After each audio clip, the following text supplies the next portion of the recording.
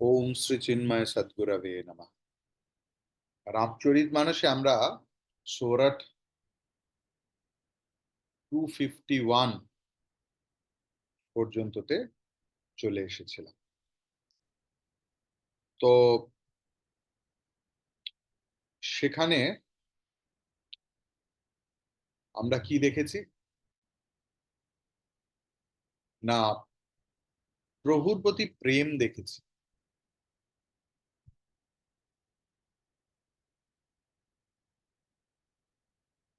প্রভুর কাছে নিজেদের আত্মসমর্পণ, সেবা সমর্পণ এইসব দেখেছি। দেখেছি যে জল থেকে মাছকে তুলে নিলে যেরকম ছটপট করে, ভক্তদেরকে ভগবান তত্ত্ব থেকে সরিয়ে দিলে ঠিক সেরকম। সে হয়তো রেগে যায়, জীবনের অনেক ঘাত প্রতিঘাতে রাগ গিয়ে ভগবানের ওপরেই প্রথম পড়ে এবং বলে কি, তুমি নেই, তুমি নেই।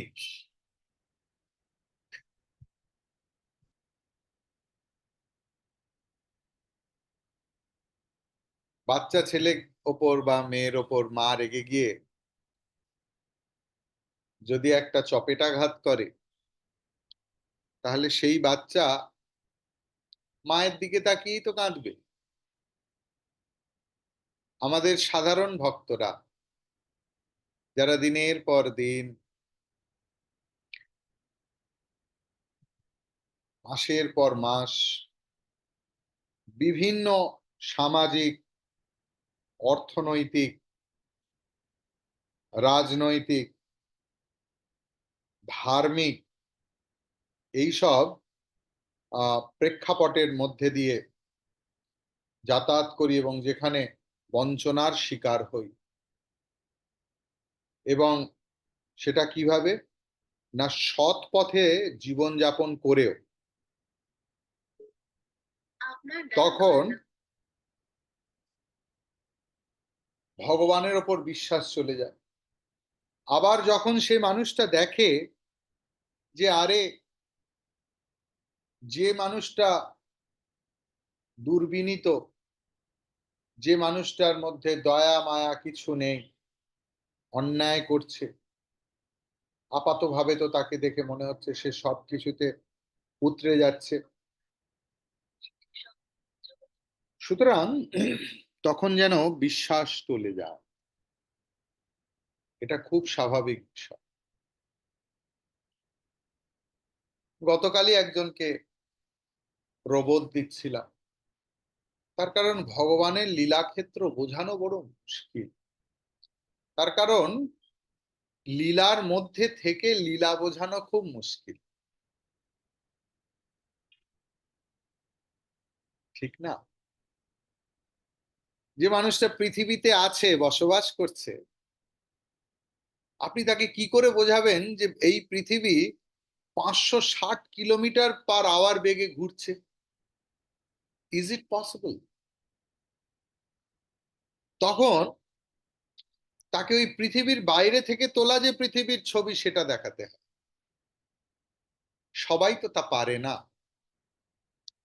তখন তারা ওই শাস্ত্রের আশ্রয় নেয়, দেখো তুমি যে বলছো এই স্থির হয়ে বসো, স্থির কোথায়? পৃথিবীটা আসনটাই তো স্থির নয়, তাহলে সেখানে স্থিরত্বের অর্থ কি?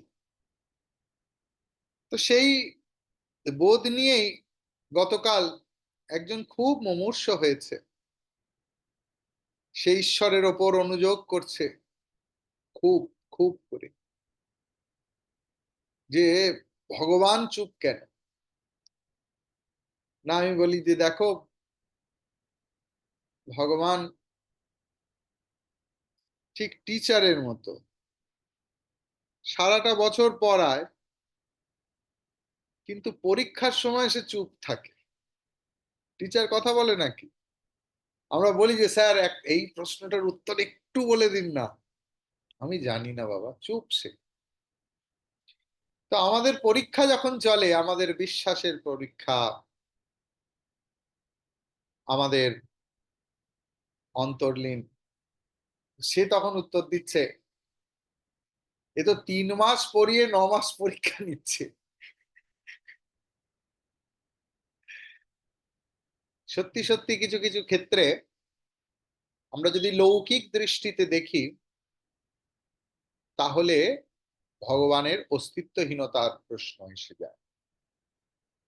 আজকে যে কারণে 11টার সময় রাত্রিবেলা রাত দখল হতে চলেছে, সেই ঘটনার পরিপ্রেক্ষিতেও যদি আমরা লৌকিক দৃষ্টিতে দেখি, তাহলে বহু প্রশ্ন সামনে আসবে,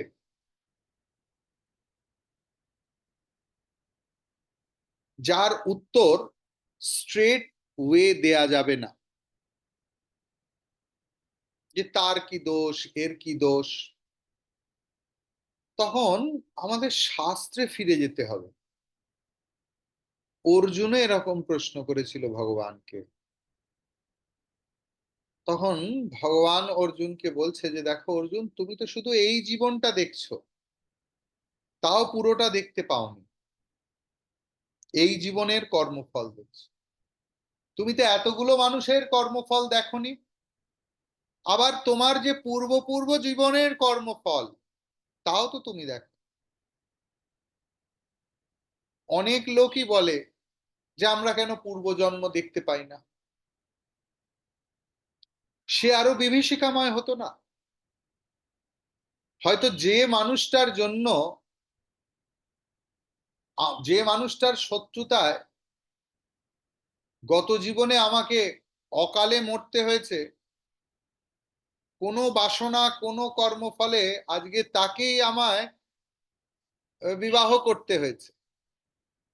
যদি আমাদের পূর্বজীবন মনে পড়ে, তাহলে আমাদের এই জীবন কি খুব সুখকর হবে? ভগবান তো ইচ্ছে করেই সেই ব্যবস্থা করে রেখেছেন, তাই না? তো যাই হোক, এখানে অযোধ্যার মানুষ মানে ভক্ত, সেখানে ভক্তরা তাদের ভক্তির কথা বলছে।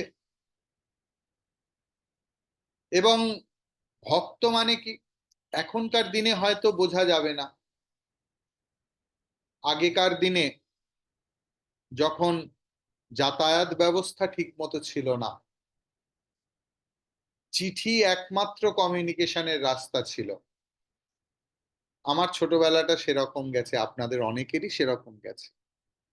আমাদের বাড়িতে ফোন ছিল না অনেক বয়স পর্যন্ত, তাই কারোর সঙ্গে যোগাযোগ বলতে চিঠিটাই ছিল, আর ফোন বুথে গিয়ে করা।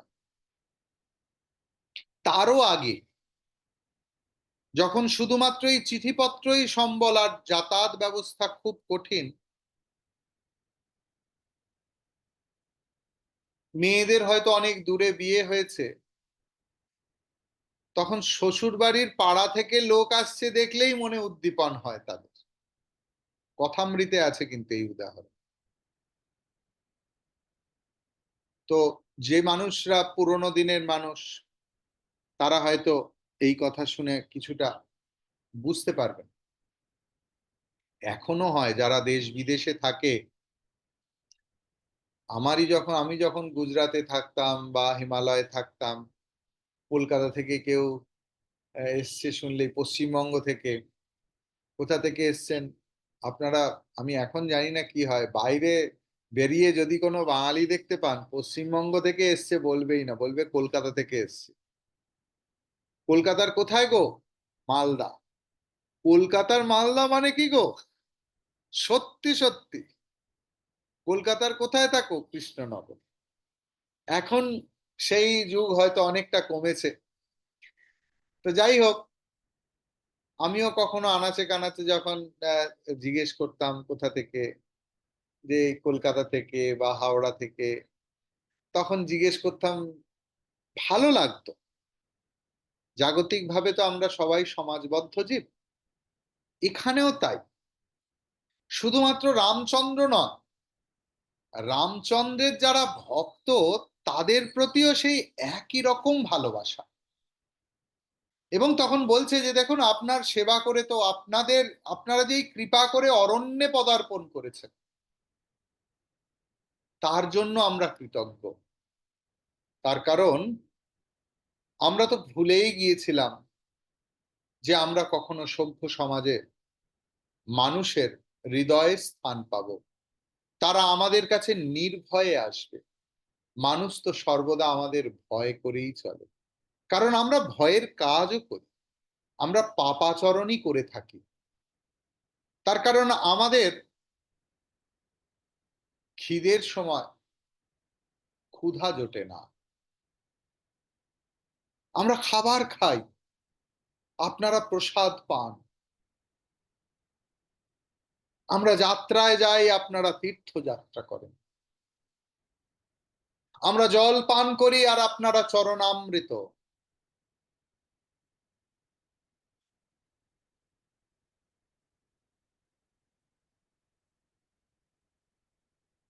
আপনাদের ক্ষুধাতে ভক্তি মিশে থাকে, তাই সেটা ব্রত হয়ে যায়। আমাদের ক্ষুধা টনটনে, তাই সেই ক্ষুধার টানে আমরা অনেক পাপ কাজ করে ফেলি, আমাদের অন্ন জোটে না। তাই আমাদের ধর্মবুদ্ধি দুঃস্বপ্নেও আসে না। এই যে আমাদের এত সুন্দর দেখছেন, তার কারণ কোনো ব্যক্তি জন্ম না জায়তে শূদ্রা, এই যে social animal, man is a social animal, কিন্তু এই ম্যান ইজ এ সোশ্যাল অ্যানিম্যালের মধ্যে রামচন্দ্র ঢুকে পড়েছে। তাই আমাদের অ্যানিম্যাল হুডটা কি করে খসে পড়েছে আমরা জানি না। ব্যক্তিত্বের মধ্যে ভক্তি ঢুকে পড়লে সেই ব্যক্তি ভক্ত হয়ে ওঠে।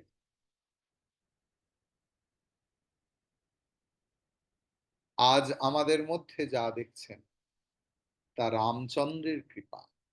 শুধু রামচন্দ্রের কৃপা নয়, তার তো অনেক কৃপা, অত কৃপা ধারণের জায়গাই নেই। তার পাদ পদ্ম দর্শন করেই আমাদের এই রূপান্তর, আমাদের সমস্ত দুঃখ দোষের নিরসন হয়েছে। এখন দেখতে হবে দুঃখ দোষের নিরসন কি করে হলো। রাজপ্রাসাদ হয়ে গেল, ঘরে ঘরে এসি লেগে গেল, ফ্রিজ ভর্তি খাবার এসে গেল, দেখার ডাইমেনশনটা বদলে গেল। পরিস্থিতি একই থাকলো, মনস্থিতিটা বদলে গেল, দেখার ডাইমেনশনটা বদলে গেল। জীবনে যখন ভক্তি আসে, শাস্ত্র আসে, জীবনে যখন এই সমস্ত সংস্কৃতি আসে, তখন আমাদের দেখার আঙ্গিকটা বদলে যায়, এবং সেই আঙ্গিক বদলে গেলে তখনই আমরা বলি আমাদের দুঃসহ দুঃখ নিরসন হয়ে গেছে। অর্থাৎ যে অবস্থাকে খুব দুঃসহ এবং দুঃখময় মনে হচ্ছিল, আজ প্রভুর উপস্থিতিতে সেই একই অবস্থাকে নন্দন কাননের মতো অনুভূত হচ্ছে, অনুভব হচ্ছে। ঠিক, সবাই তো প্রেমময় হয়ে গিয়েছিল। মানুষজন দেখছে যে কৃপা হলে কি হতে পারে।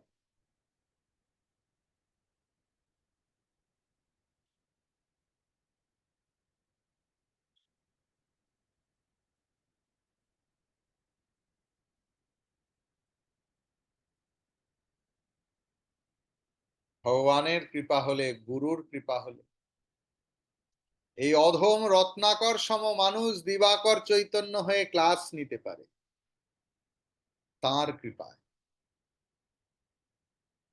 অযোগ্য ব্যক্তিকে তিনি শুধু কৃপা কটাক্ষে যোগ্য করে তোলেন।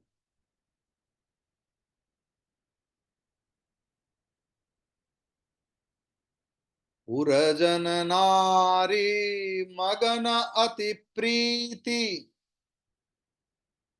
वासर जाहि पलक समवीति, सिय सासु प्रतिवेश बनाई, सादर करई सरिस सेवकाई। यखा न मरमु राम बिनु काहू, माया सब सिय माया माहू, सिय सासु सेवा बस कीनी, दीन लोहे सुख सिख आशीष दीन्हि, लखी सिय सहित सरल दौ भाई, कुटिल रानी पछितानी अघाई, अवनि जमहि जाचति कई के, महीना बीचु विधि मीचु न दे, लोकहु वेद विदित कवि कहि, राम विमुख थलु नरक नालहि, जहु समसौ सबके मन माहि, रमा गवनु विधि अवध की नाहि।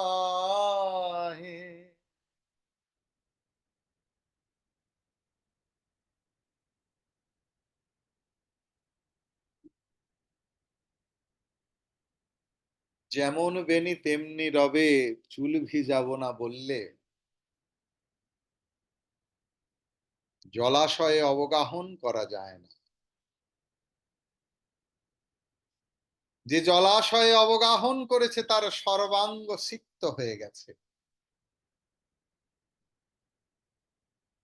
যে প্রেম সমুদ্রে ঝাঁপ দেয়, তার বহিরঙ্গ এবং অন্তরঙ্গ তা সব প্রেমের রসে সিক্ত হয়ে যায়। আর প্রেমের একটা খারাপ দিক আছে। যে কোনো জিনিসের খারাপ দিক আছে তো। প্রেম যদি একবার হৃদয়ে হয়, একটা খারাপ জিনিস, সেটা কি না, সময় বড় তাড়াতাড়ি চলে যায়। আমরা দেখেছি আমাদের ভালো ভালো ক্লাসগুলো 45 মিনিট নেয়ার পরেও যখন বন্ধ করে দিচ্ছে, সবার মুখগুলো থমথমে, যে স্বামীজি আরেকটু বললো না কেন, এই তো শুরু করলেন। তাই এই মুহূর্তের মধ্যে তাদেরও দিন কেটে যেতে লাগে।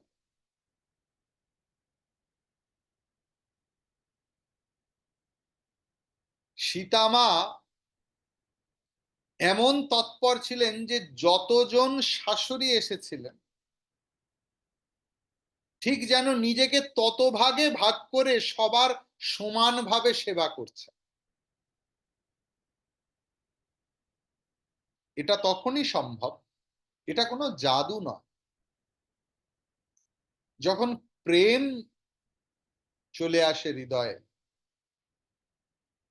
তখন মানুষের মধ্যে আর পক্ষপাত দুষ্টতা থাকে না, দুপক্ষের মধ্যেই। কিন্তু এটা এক পক্ষে হলেই বিচার শুরু হবে, দুপক্ষের চোখেই যদি প্রেম ঘন অঞ্জন একবার লেগে যায়, তাহলে দুজনেই দুজনকে সমানভাবে দেখে।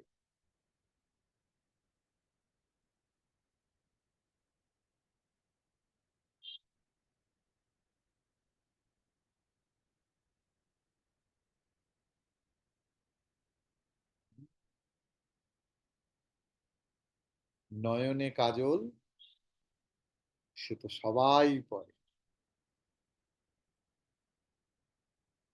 তাই না? সবাই কি আর ভগবানের মতো দেখতে জানে।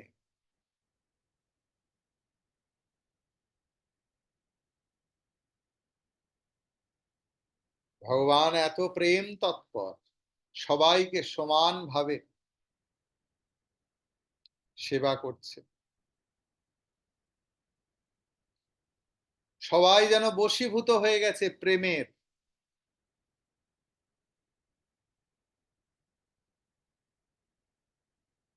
আজ এক জায়গায় গিয়েছিলাম, বিশ্বাস করো আজকে জীবনের ঘটনা শেয়ার করছি। একটি বাচ্চা চিল চিৎকার করছে, চিল চিৎকার, ছোট্ট বাচ্চা।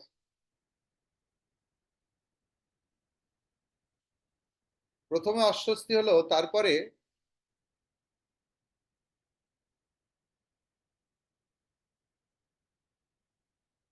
মন্ত্রপুষ্পম থেকে পাঠ করতে শুরু করে দিয়েছি। বিশ্বাস করবে না, দুটো মন্ত্রের পরেই যখন ভদ্রম কর্ণে শৃণুয়াম দেবাঃ ভদ্রম পশ্যেমাক্ষভির্যজত্রাঃ, তার পরের লাইনই যে বলেছে স্থিরৈরঙ্গৈ তুষ্টুবাগম, স্থিরৈরঙ্গৈ স্থিরৈঃ অঙ্গৈঃ। বিশ্বাস করো, সেই বাচ্চা সম্পূর্ণ স্থির হয়ে শুনছে। আজকের কয়েক ঘন্টা আগের ঘটনা। ওই বাচ্চা তুরন্ত চিৎকার করছে। কয়েক সপ্তাহ আগেকার ঘটনা বলছি। আমার হাঁটুর জন্য দেখতে এসছেন, বাংলাদেশ থেকেও কয়েকজন দেখতে এসেছেন। তার মধ্যে একটি বাচ্চা এসেছে, আমারই ভয় করছে, কেননা ঘরেতে অনেকগুলো চেয়ার সাজানো ছিল, আপনারা যারা আমাকে ঘরে দেখতে এসছেন। সে ওই একটা চেয়ার থেকে আর একটা চেয়ারে দুরুম দুরুম দুরুম দুরুম করে লাফাচ্ছে, মানে আমার মনে হচ্ছে এক্ষুনি পড়ে যাবে আর এক্ষুনি মাথাটা ফেটে যাবে। তার মাসি মামা যারা নিয়ে এসছে তারা এত অপ্রস্তুতে পড়েছে। সে ক্যারাটে শিখেছে সেটাও দেখাচ্ছে, সে বিভিন্ন ধরনের কিছু করছে। Is just 4 years. আমি বললাম যে চলো আজকে আমরা একটা খেলা খেলবো। বলে ঠিক আছে। ধ্যান ধ্যান খেলা।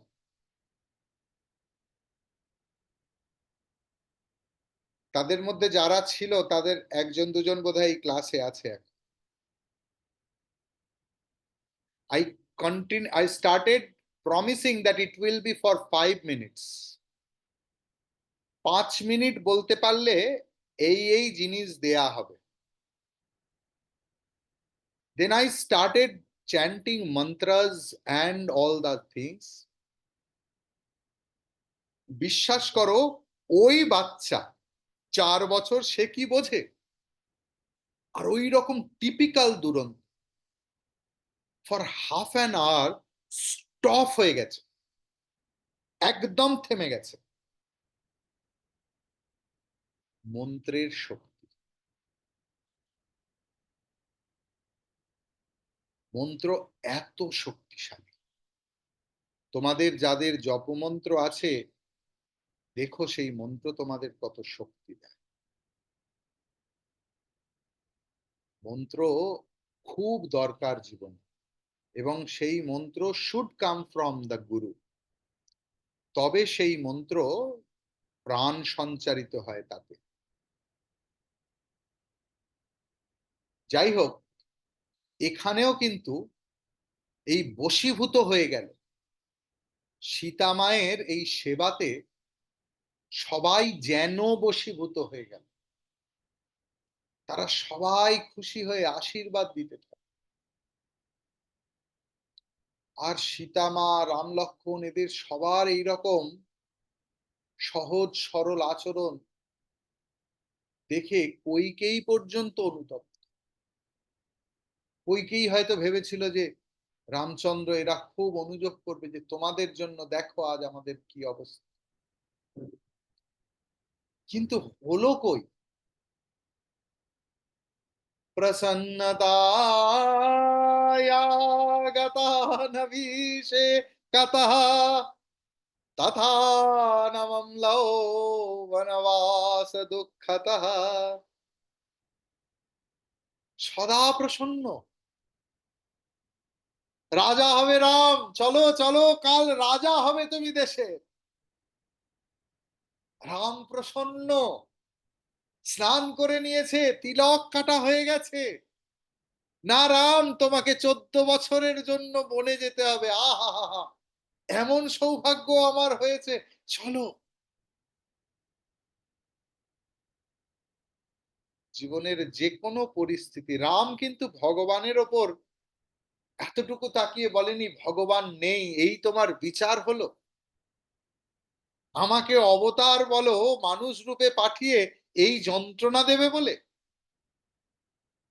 No complain, accepting everything else with happiness, accepting the adverse situation। এবং সেখানে বারবার বলছে যে কালের চক্রে, কর্মফলের চক্রে আমাদের জীবনের এই দুর্বিষহ অবস্থা।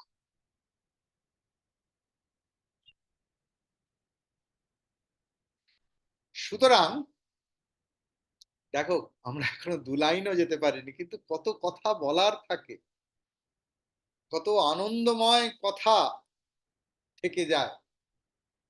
যাই হোক, কইকেয়ী অনুতপ্ত হলো। তিনি পৃথিবী মাকেও অনুরোধ করছেন যে ধরণী তুমি দ্বিধা বিভক্ত হও, আমি তার মধ্যে ঢুকে পড়ি, আমি যে এই মুখ দেখাতে পারছি না। তিনি যমরাজকেও নিবেদন করছেন, আমার মৃত্যু এনে দাও, এই পরিস্থিতিতে আমি আর বেঁচে থাকতে চাইছি না।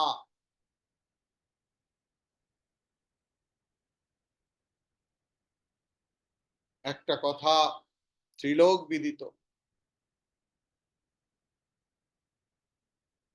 বেদও সমর্থন করে, যে মানুষ রামচন্দ্র বিমুখ, মানে ঈশ্বর প্রেম, এটা যেহেতু রামচরিত মানুষ, যে মানুষ ঈশ্বর বিমুখ, তার নরকেও ঠাঁই হয়। তার কারণ সে তার বেসিক ভ্যালু সিস্টেমটা প্রথমে হারিয়ে ফেলে।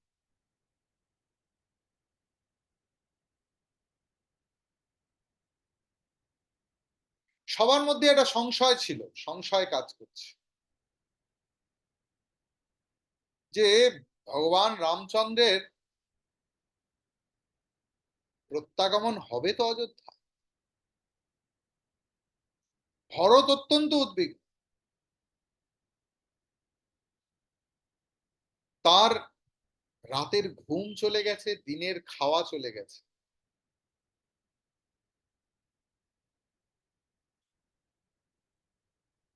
মাছ কাদায় আটকে গেছে, বেঁচে আছে সে, কেননা জল আছে, কিন্তু মুভ করতে পারছে না, কোথাও যেতে পারছে না। এরকম অবস্থা কখনো দেখেছে?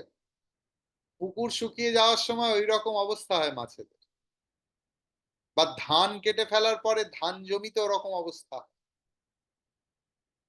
ফ্রি মুভমেন্ট নেই, কেননা জলের অপ্রতুলতা। ভরতের অবস্থা সেই কাদায় গেঁথে যাওয়া মাছের মতো, অত্যন্ত ব্যাকুল।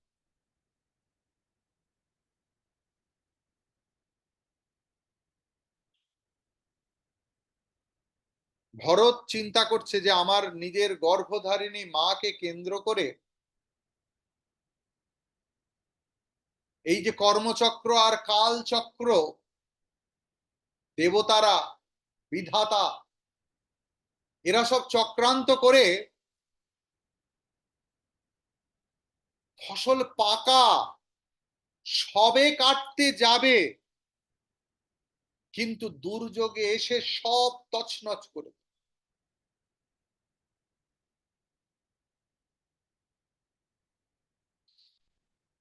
আমি তো রামচন্দ্রের রাজ্যাভিষেক করার কোনো অবস্থাই দেখতে পাচ্ছি না। মনে হয় গুরুদেবের আদেশে। তার কারণ কেন ভাবতে পারছে না? না রামচন্দ্র অলরেডি গুরুদেবকে বলে দিয়েছে যে অযোধ্যাবাসীর কত কষ্ট হচ্ছে, আর অযোধ্যা অরক্ষিত, সুতরাং এরা তাড়াতাড়ি চলে যাওয়াই ভালো।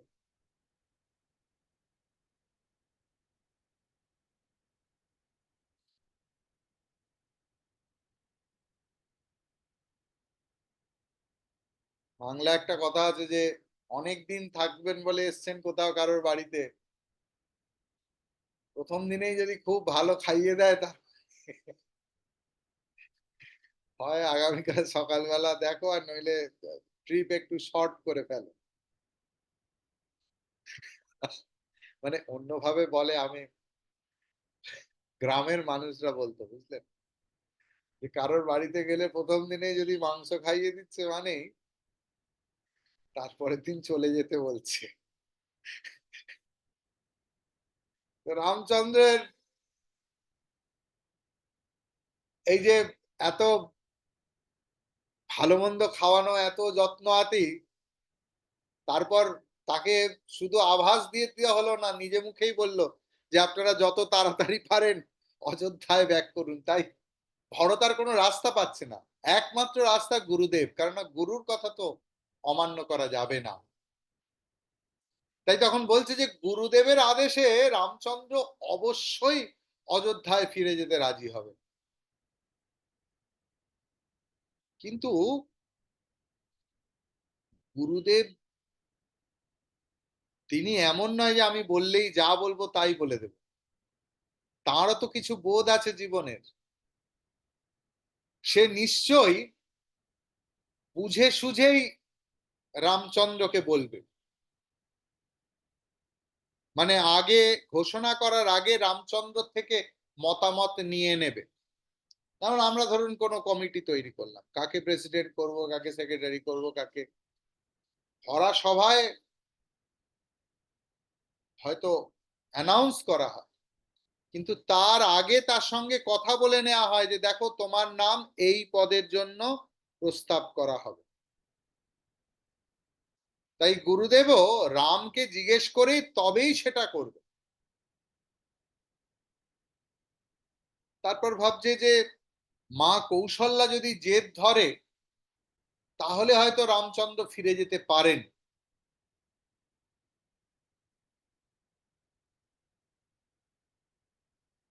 কিন্তু মা রামচন্দ্রকে জানে,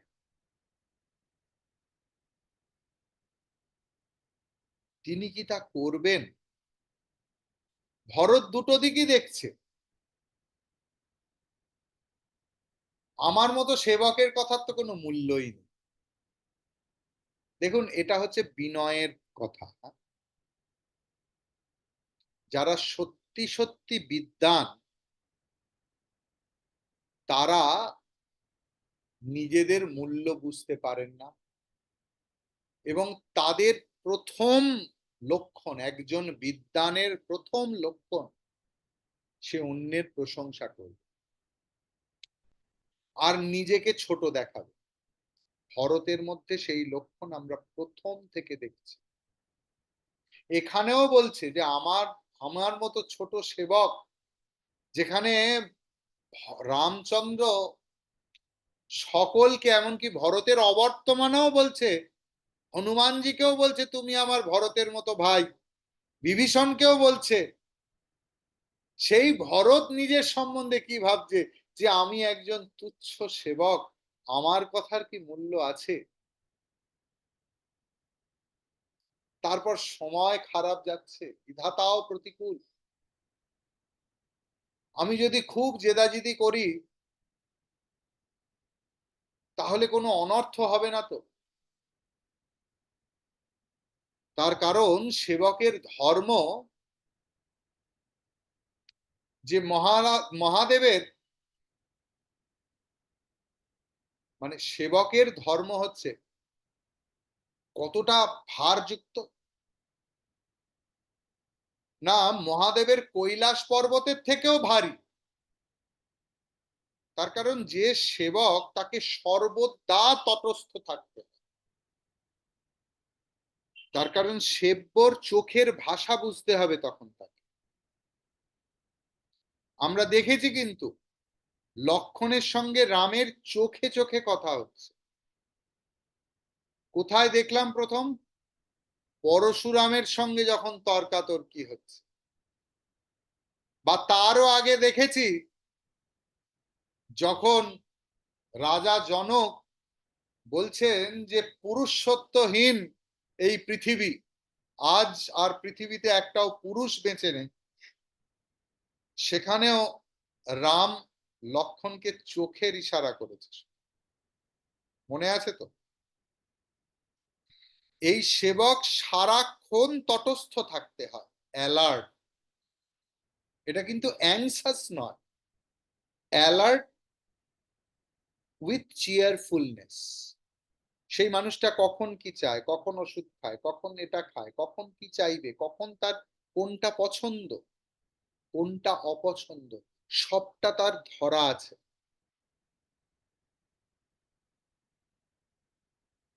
এখানেও লিখছে দেখুন, সেবকের ভার মহাদেবের কৈলাস পর্বতের থেকেও হেভি।